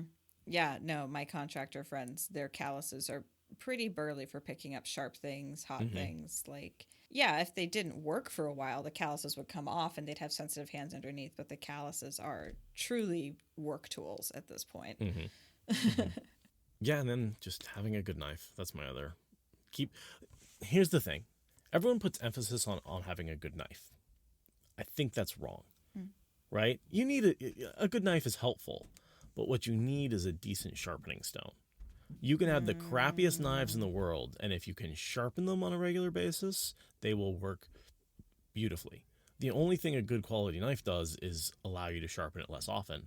But so many people buy these ridiculously expensive knives, let them get dull over the course of a couple of months, never sharpen them again, and all of a sudden you have $100, knife and then they go to the store, buy some shitty $10 knife and wonder why their brand new crappy $10 knife is better than the $1,000 or $100 knife that they, bought from the fancy store. And it's like, you have to sharpen it. You have. And here's the thing that fools everybody. That metal rod that you get in your kit does not sharpen your knife. It strops the knife. It straightens the metal on the tip. To sharpen the knife, you actually have to remove metal. You actually have to take a layer off. And that needs a stone. So here, one, sharpen your knives. And two, what you're doing probably isn't sharpening your knives. No, that is honing them. That is honing them. That is stretching out the time between sharpenings and maintaining the edge between sharpenings. It's, right. You should still definitely do that. Yes, right? It's very important. Knife maintenance. But the sharpening it's very, very important. We have a very good knife that Brandon went through culinary school for just one term, but it was enough to get the knife set and learn basic equipment care. Yeah. And he complains bitterly about how he doesn't have a whetstone. And therefore, all of his honing is he has to hone it sometimes during cooking because it just dulls out again so fast. It's a really good knife, but we have never managed to get around to getting it sharpened. And that metal rod, it only does so much. Yeah. It really does. If there's no edge to straighten out, it won't do anything for you. Yeah. So that metal rod thing is what we're talking about. That's the honing. Yeah, like a honing. Stropping is technically on leather or on a wood or something like that. That's usually super soft. Yeah. So it's important in between sharpenings, but sharpening is something you do with a stone or just take to someone. There are people who sharpen knives and scissors. That is a craft niche thing that exists. And generally, if you get your knife sharpened, it's anywhere between $2 to $5 to get a knife sharpened. Serrated ones are a little more expensive, right? It's essentially like getting a brand new knife for a couple of bucks. Do it. right? Yeah, it's completely worth it. It's a tool. It's a very important tool. And if you're gonna cut yourself, which is where this conversation started, if you're gonna get hurt in a kitchen with a knife, you want it to be with a sharp one. Well, and it's even more than that, because you're less likely to cut yourself with a sharp knife, right? Because usually when you cut yourself, it's when you go to cut that tomato or that whatever that round thing is that your knife skitters off of, and instead of cutting into that round thing, it skitters off and cuts into your flesh, right? And because it's dull, it's going to make a jagged cut. If it's sharp, it just never, and it's the amount of force too, right? If you have something that's dull, you really got to push. If you have something that's sharp, you don't use a lot of force, which A, saves your hands and arms, but B, also is much less likely to go uncontrolled flying into your hand. Yeah, and with less force if it does. Like it brings everything down. And yeah, Rob in Discord points out it's called a steel. That's the word for it. Yeah. It's a steel. I call it a steel. In the kitchen, we call it the steel, but that's one of those things where you're like, oh, get me the steel. And people who don't know what you're talking about are like, you mean a piece of steel? Okay, like, fair enough. Yeah, it's hard to, I use that terminology every day in the kitchen. But if you use culinary terminology, it's a steel. But yeah, it's important. Maintenance of tools is important, especially when they're potentially going to injure you and or make your food. Thank you for listening to the Wheel of Time Spoilers podcast. Rate us in the Apple Podcast app or support us on Patreon. Is that good enough?